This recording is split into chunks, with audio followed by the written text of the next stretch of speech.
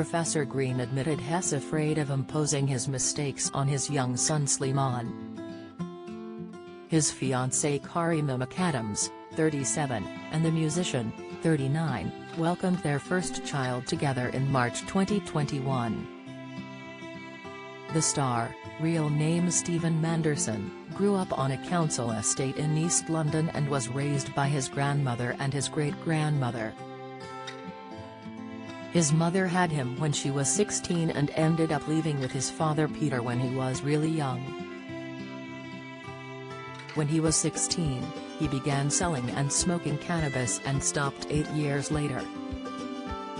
He also battles with depression and has been open about it.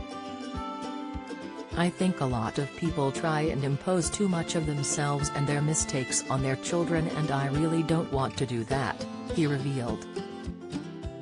"My main concern was that Slimane didn't suffer things that I did growing up, and I pray that he doesn't. That's why he's incredibly healthy." He told Mail Online, "I had my first operation at 6 weeks old, that was a worry for me and a concern, but he's in amazing health." Professor Green previously opened up about his childhood and how his family struggled with fuel poverty. "We suffered energy debt, and lived in an area where pretty much everyone else was going through the same thing," he said. "I saw the impact it had on mental health and causing stress. We all know how stress affects a person's life, and not just their lives but the knock-on effect it has on their loved ones." A few years ago, he released a BBC documentary called Professor Green, Living in Poverty, and says that TV program is now more relevant than ever. "There's no signs of things getting better and it's quite scary," he says. "The most frightening thing is the amount of people who have never experienced poverty before and are now experiencing it for the first time.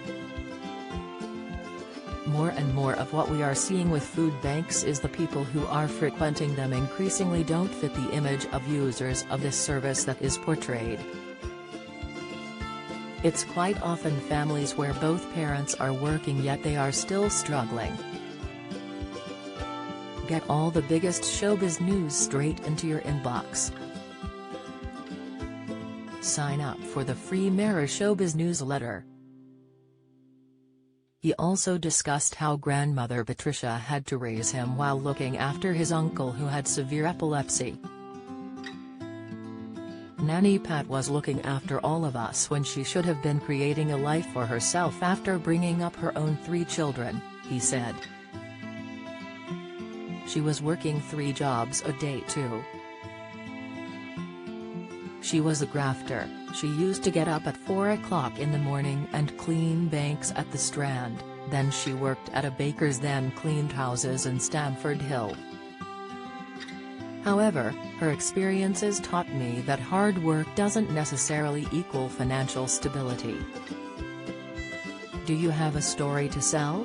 Get in touch with us at webcelebs@mirror.co.uk or call us direct at 0207 29 33 033.